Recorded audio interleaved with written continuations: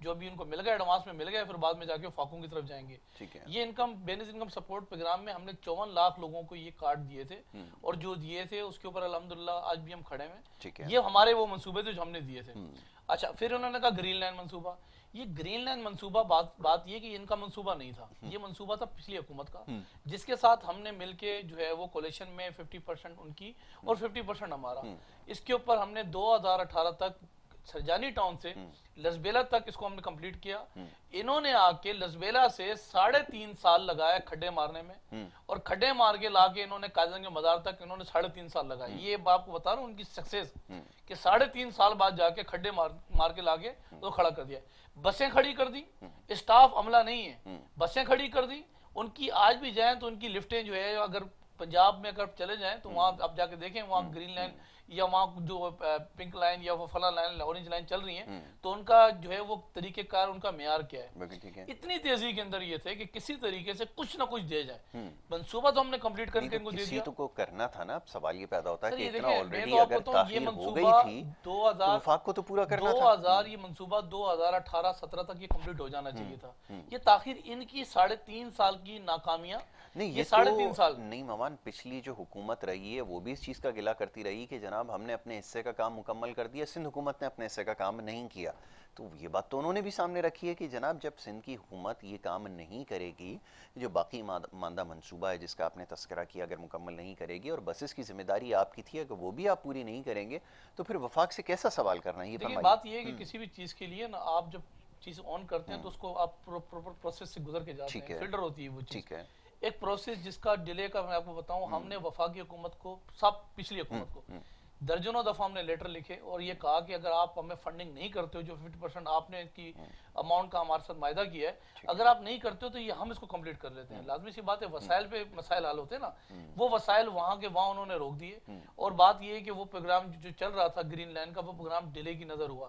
لیکن ان کے آنے کے بعد جو 3.5 سال میں نے کہا نا, لسبیلا سے جو کھڈے مار کے لے کر آئے آپ کے گرو مندر تک, ان کو 3.5 سال لگے. اب میں آپ کو کہا بسیں بالکل ہم نے لانی تھی, اور بسیں جب آتی جب عملہ آتا, بسیں جب آتی لازمی سی بات ہے جب اس کو ہم کمپلیٹ کر لیتے, جس کے اوپر ابھی فنیشنگ کا ٹائم 3 مہینے کا تھا, اور انہوں نے ایڈوانس میں بسیں لا کے کھڑی کی اور بڑا کارنامہ کر دیا, اور وہ بھی ادھار پہ لا کے کھڑی کی ہیں, جس کا ادھار بھی ہم نہیں اتارنا ہے, اس ملک کی عوام نے اتارنا ہے. وزیر اعظم گھر سے نہیں لے کر آیا, طریقہ انصاف میں کہوں انصاف ہاؤس سے لا کے انہوں نے بسیں کھڑی کر دی ہیں, جس کا یہ کریڈٹ لیتے ہیں. یہ کریڈٹ ہمیں میرا خیال ہے لینے کی ضرورت نہیں ہے, عوام کے پیسے کی بسیں اور آگے وہ بسیں کھڑی ہوئی ہیں. لیکن میں آپ سے اب بھی یہ کہہ رہا ہوں کہ آپ جائیں لاہور میں, آپ جا کے چیک کریں اور یہاں چیک کریں. جو یہ انہوں نے جلد بازی کی, اور جلد بازی کے اندر صورتحال یہ ہے کہ ابھی وہ چیزیں اپنی جگہ پہ نہیں آئیں. پھر انہوں نے کہا جی نالے, تو میرا خیال ہے بھائی جو ہے وہ ایم این اے یا ایم پی ہیں, ان کو یہ پتہ ہونا چاہیے کہ کراچی کے اندر اس وقت اگر میں بات کروں تو تقریباً 13 بڑے نالے اور 200 چھوٹے نالے ہیں. کچھ ڈی ایم سی کے پاس ہیں, کچھ کے ایم سی کے پاس ہیں, اور کچھ جو ہے اس پہ وفاقی حکومت کی انٹرفیرنس لیتی ہے, اس میں آگے وہ لازمی سی بات ہے اپنے وسائل دیتے ہیں, تو وسائل سے چیزیں جو سارٹ آؤٹ ہوتی ہیں. یہاں میئر کراچی بلدیاتی ایک 2013 جو تھا پاس ہوا تھا نا, یہ نالوں کی صفائی جو ان کو جن کو کہا تھا نا زندہ لاشیں, اور کہا تھا پاکستان کی کراچی کی سب سے بڑی ٹارگٹ کلر جوان جس کی نفیس بنی ہوئی ہے نا, اور ان کے کولیشن میں موجود تھی, اس وقت میئر کراچی کی ذمہ داری تھی کہ نالوں کی صفائی, روٹوں کو جو ہے روڈ دینا, اس کی ذمہ داری تھی کہ اسٹریٹ لائٹس کراچی کو دینا, پارک دینا, بچوں کو کھیلنے کے میدانات دینا.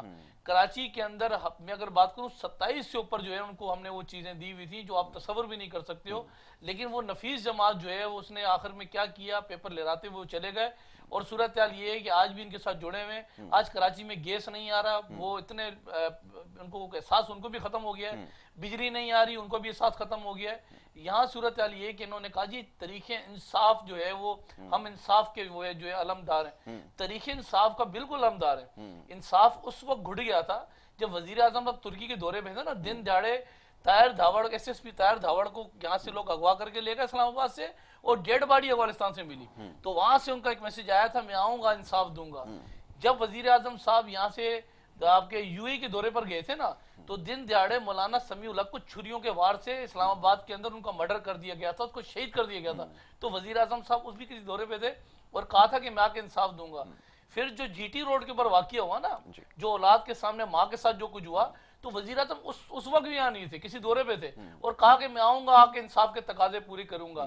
علی زیدی جس کو کراچی کے اندر جو ہے وہ ٹارگٹ کلنگ کے اندر مار دیا تھا, اس وقت بھی وزیر اعظم جو ہے وہ پاکستان میں نہیں تھے, اور اس وقت بھی کہا تھا میں آؤں گا اور میں آ کے متاثرین ہیں, جو لائقین ہیں, میں انصاف دلاؤں گا ان کو. تو انصاف جو اس میں آج دیا نا اس ملک کے اندر, آج ملک کی بات کریں کہ ہم نے آنے والے وقت کے اندر اس ملک کے اندر ہم اب دیکھنا پھر ہم آئیں گے. ٹھیک ہے, بات یہ کہ 4% اس وقت, میں نہیں کہتا سر, انڈیکس آپ چیک کریں, 4% اس ملک کے اندر کرپشن بڑھ گئی ہے. 4% کرپشن, 4% سے مراد ہے 4 جو ہے پوائنٹ اوپر چلے گئے ہم لوگ, 4 پوائنٹ ہم آگے نکل چکے ہیں کرپشن کے اندر. اچھا نہیں, میرے پاس کیونکہ وقت نا بہت محدود رہ گیا, میں چاہوں گا ذرا شاہ نواز اپنا اس بارے میں جو ہے وہ جواب دیں, اور شاہ نواز صاحب سے جو ہے اس بارے میں مزید تھوڑی سی جو ہے وہ بات کر لی جائے, کیونکہ آپ نے جن چیزوں کا تذکرہ کیا ہے اس کا جواب دینا جو ہے وہ ضروری ہے, اور ہمارا پوچھنا بھی ضروری ہے. جی شاہ نواز صاحب, گفتگو آپ نے سنی, نعیم صاحب نے جو ہے وہ پرانے کچھ ماضی کے حوالے دینا شروع کیے, میں چاہوں گا اس پہ آپ خود ہی رسپونڈ کر دیں, مزید آپ کی خدمت میں سوال نہیں رکھ سکتا. جو باتیں انہوں نے کہی ہیں اگر آپ وہ سن چکے ہیں تو میں چاہوں گا اس کے اوپر ذرا جواب دیجیے. یاسر بھائی, مجھے تو کیا بولی یہاں ہنسی آتی کہ میرا بھائی کہہ رہا ہے کہ یہ جو ہم نے احساس پروگرام کے تحت پیسے دیے ہیں, یہ بے نظیر انکم سپورٹ پروگرام کے پیسے تھے. بھائی یہ الگ ہم نے اس کے لیے وہ کیے باقاعدہ, اگر آپ ماشاءاللہ پڑھے لکھے ہو اور آپ جا کے بجٹ بک دیکھ لیں, سب کچھ آپ وہ دیکھ لیں. دوسری بات ہے کہ اب بے نظیر انکم سپورٹ پروگرام کی تو آپ کریڈٹ لیتے ہو, آپ کہتے ہیں کہ ہم نے اتنے لاکھ لوگوں کو پیسے دیے ہیں. میرے بھائی اس میں آپ یہ بھی کریڈٹ لے لینا کہ 8,20,000 وہ لوگ ہم نے نکالے جس میں آپ کے ایم این ایز بھی تھے. آپ کے ایم این ایز بھی وہ پیسے لے رہے تھے, مستحق نہیں تھے. آپ کے پارٹی کے یعنی 16 گریڈ 17 گریڈ کے افسر بھی لے رہے تھے. آپ کے پارٹی کے کرتا دھرتا لوگ وہ پیسے لے رہے تھے. شرم کا مقام ہے کہ غریبوں اور یتیموں اور مسکینوں کے پیسے آپ لوگ لے رہے تھے. دوسری بات انہوں نے کی کہ عمران خان صاحب اتنے, میرے بھائی آپ امن امان اگر آپ نے دیکھنا ہے تو آپ جا کے نواب شاہ میں دیکھ لیں, جو زرداریوں نے زمینوں پہ قبضے کر رہے تھے اور 5 لاکھیں ابھی بھی روڈ پہ پڑی ہوئی ہیں, ان کو انصاف دے دیں. عزیز میمن صافی کو آپ لوگ نے دن دہاڑے, کیونکہ اس نے حق بات کی تھی, دن دہاڑے آپ نے اسے شہید کیا. آپ نے عزیز میمن کو کون سا انصاف دیا ہے؟ اچھا شاہ نواز صاحب, قطع کلامی کی معذرت چاہوں گا, 2 منٹ کے لیے آپ کو جو ہے وہ رکنا ہوگا. آپ کی بات ضرور سنیں گے, آپ کا جواب مکمل ضرور لیں گے. ایک بریک کے لیے کہا جا رہا ہے, ایک مختصر سی بریک لے کر واپس آ رہا ہوں, پھر گفتگو یہیں سے اس کا آغاز کیا جائے گا. دیکھتے رہیں پروگرام گڈ مارننگ کراچی.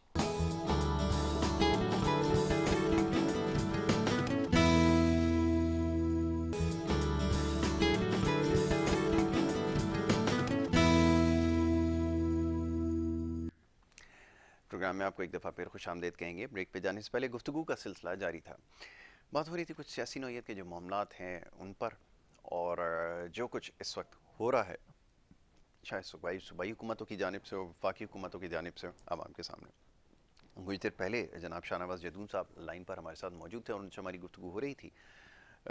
جو کچھ یہاں پر باتیں ہوئی ہیں, خاص طور پہ نعیم امان صاحب, انہوں نے جن چیزوں کی نشاندہی کی ہے, جو کچھ ہوتا آ رہا ہے اس کے دفاع میں بات کر رہے تھے. لیکن کیونکہ اب وقت ہمارے پاس یہاں پہ محدود ہے تو لاسٹلی میں چاہوں گا ذرا اس حوالے سے جو ہے وہ بات ہو جائے. تھوڑا وقت میرے پاس کیونکہ رہ گیا.